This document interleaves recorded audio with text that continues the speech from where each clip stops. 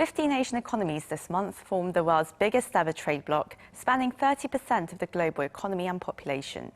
The Regional Comprehensive Economic Partnership includes South Korea, China, Japan, Australia and New Zealand, and the 10 members of the Association of Southeast Asian Nations.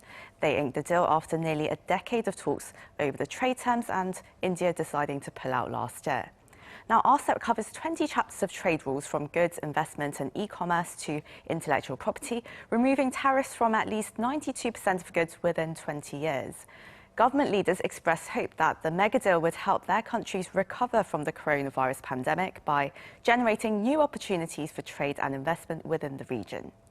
We discussed this deal today with David Arirang, non-resident fellow at the US Studies Centre at the University of Sydney and former economics editor of the Australian newspaper, joining us all the way from Melbourne. Very good morning to you.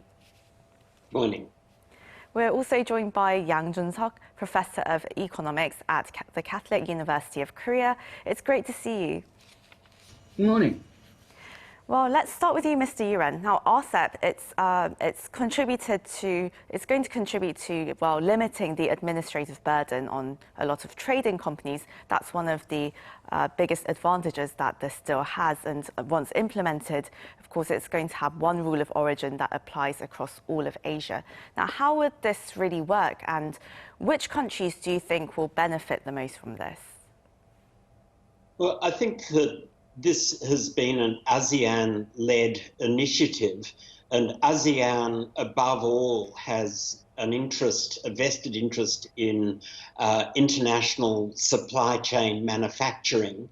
And to my way of thinking, the simplified rules of origin really stand to benefit companies in the ASEAN region that are linked into other suppliers, whether in China or Korea or Japan. So I think that's where the bulk of the benefit goes.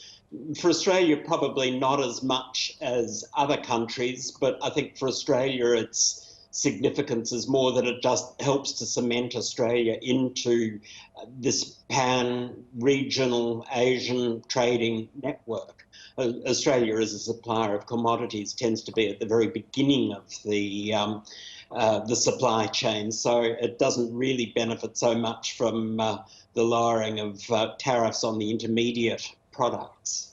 Well, I suppose it does open the doors for further opportunities and trade between Australia and other Asian countries. And well, Dr. Yang, how do you expect RCEP to benefit South Korea? Which industries do you think will particularly do well? Okay, well, Korea has FTAs with most of these countries already, all of the countries except Japan.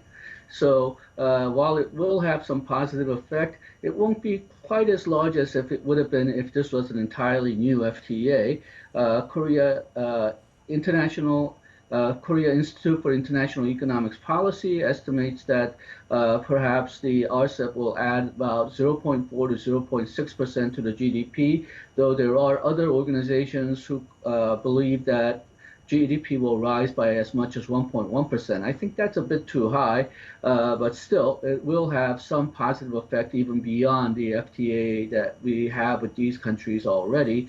Some industries which are looking forward to the RCEP include the automobile industry, because in our FTA with the ASEAN countries still maintain some high tariffs on freight vehicles and auto parts.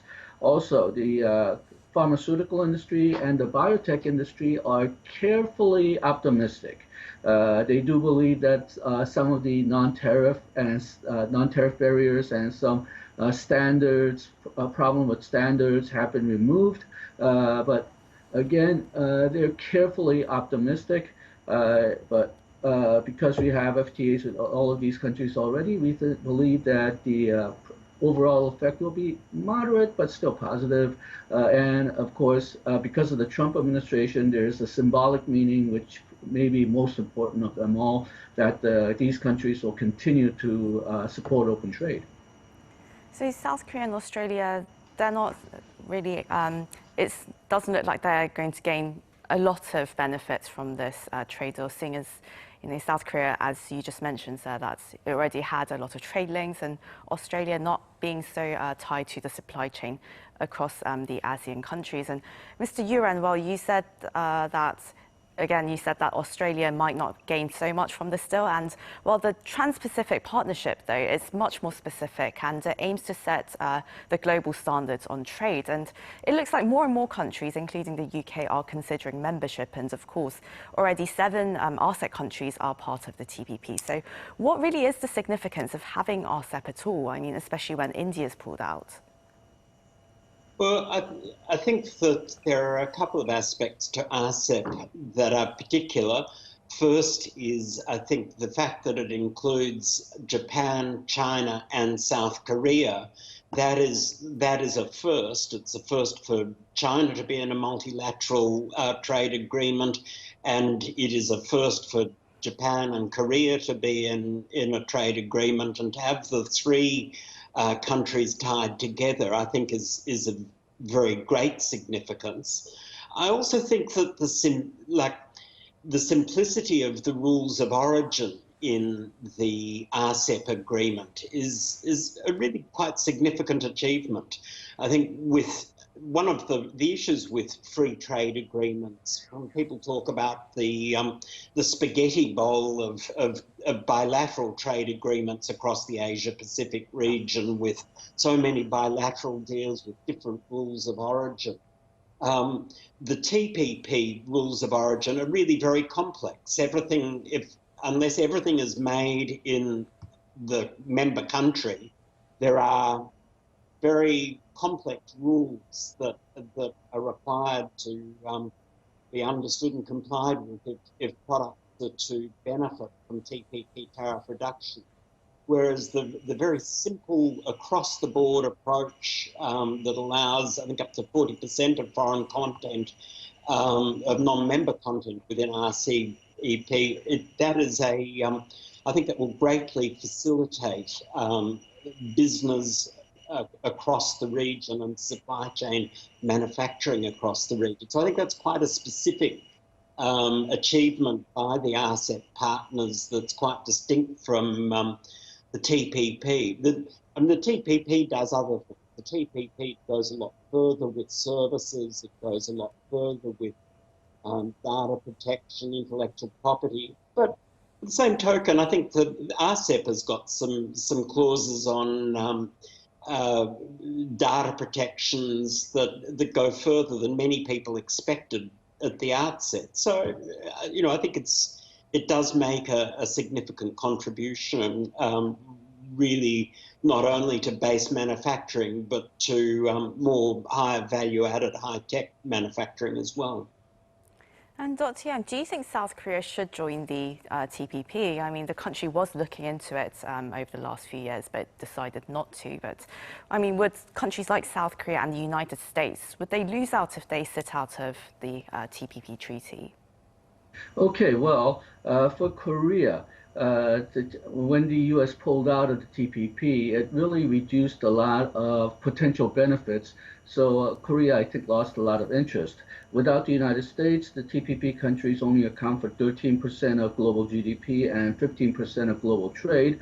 And again, Korea has FTAs with most of the TPP member countries already, with the exception of Japan and Mexico. So Korea had been losing interest, but if there's a possibility that U.S. comes back in, and I got to admit, I don't think that's a high probability right now. President-elect Biden will be much too busy dealing with domestic issues, and right now I don't think there's support for it in Congress because both Democrats and Republicans have turned against passing the TPP. But if there's a possibility that U.S. Is going to rejoin, then I think Korea is better off within the TPP frame.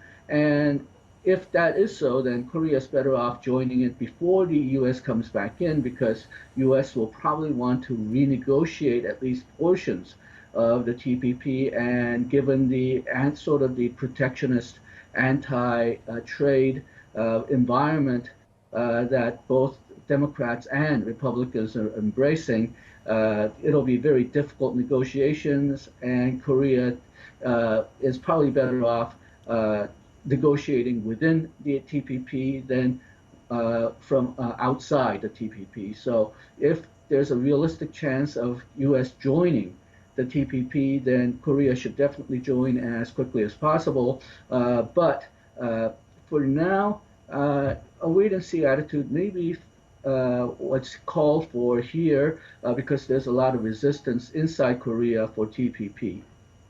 Mr. Yuan, back to RCEP, because RCEP is a China-backed deal, many are speculating whether this would be a loss for the United States amid that bilateral trade war. So what is your opinion on this?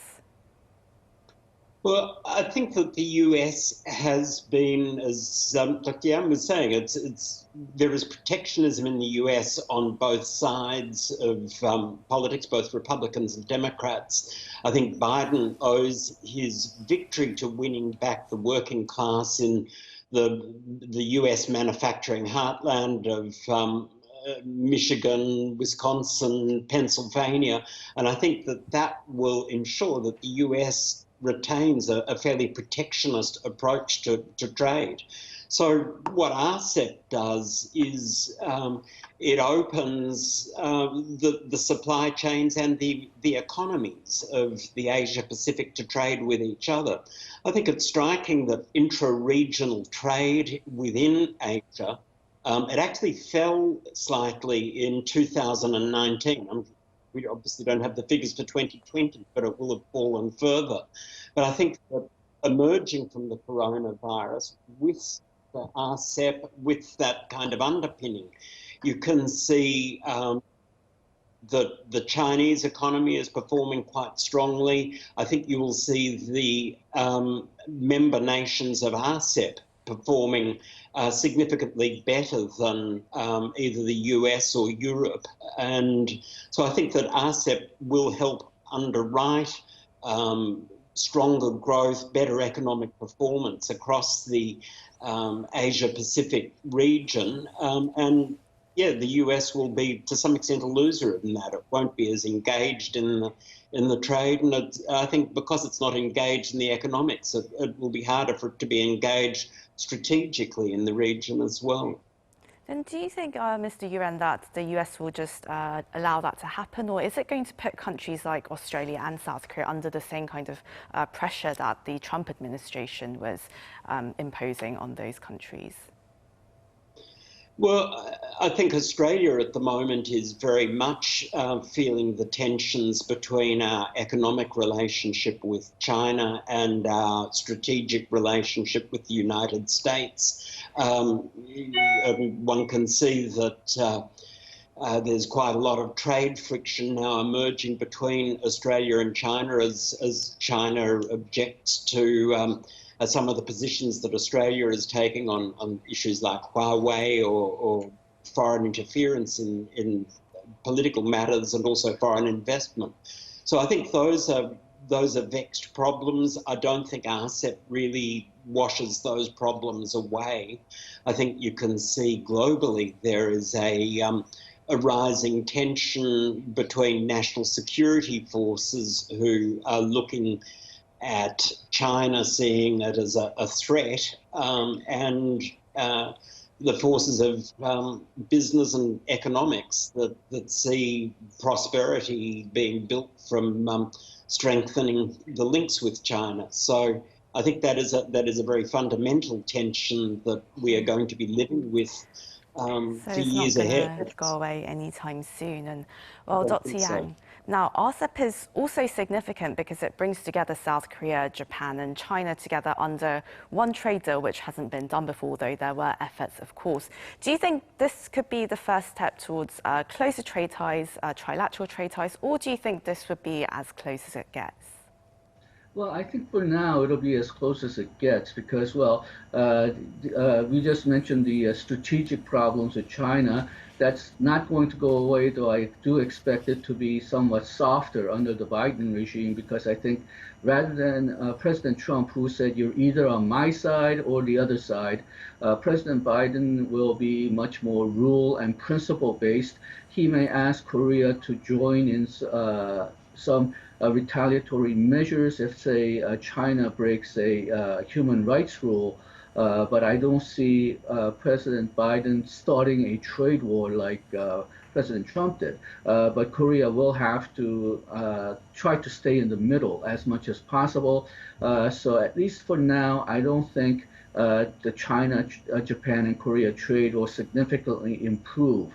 This also has to do with a lot of problems that we have with Japan so far, and the usual industries which support FTAs in Korea actually are a bit afraid of Japan because Japan is one of the few countries where they have a better, more efficient manufacturing industry than Korea does. So there's not as much as a support to trying to intensify trade with Japan. Having said that, though, China seems to be moving sort of actively to try to get around the US-China bipolar type of competition. According to some pro-Chinese newspapers, the one that gets hints from the Chinese government, China seems to be actively examining whether they should join the TPP or the new version of it, the CPTPP. And if it does, then it sort of puts sort of lets China cut off the path for the United States to form a U.S.-led mega FTA. Right, so if China decides to really seriously consider this, then it would lead to more questions, I suppose, on the implications of that. Well, this is where we're going to have to leave the discussion today. That was David Yuren, non-resident fellow of the United States Study Centre at the University of Sydney, former economics editor of the Australian newspaper, and Yang Jun-seok, professor of economics at the Catholic University of Korea. Thank you both so much for your time. Thank you. And to our viewers, thank you as always for watching.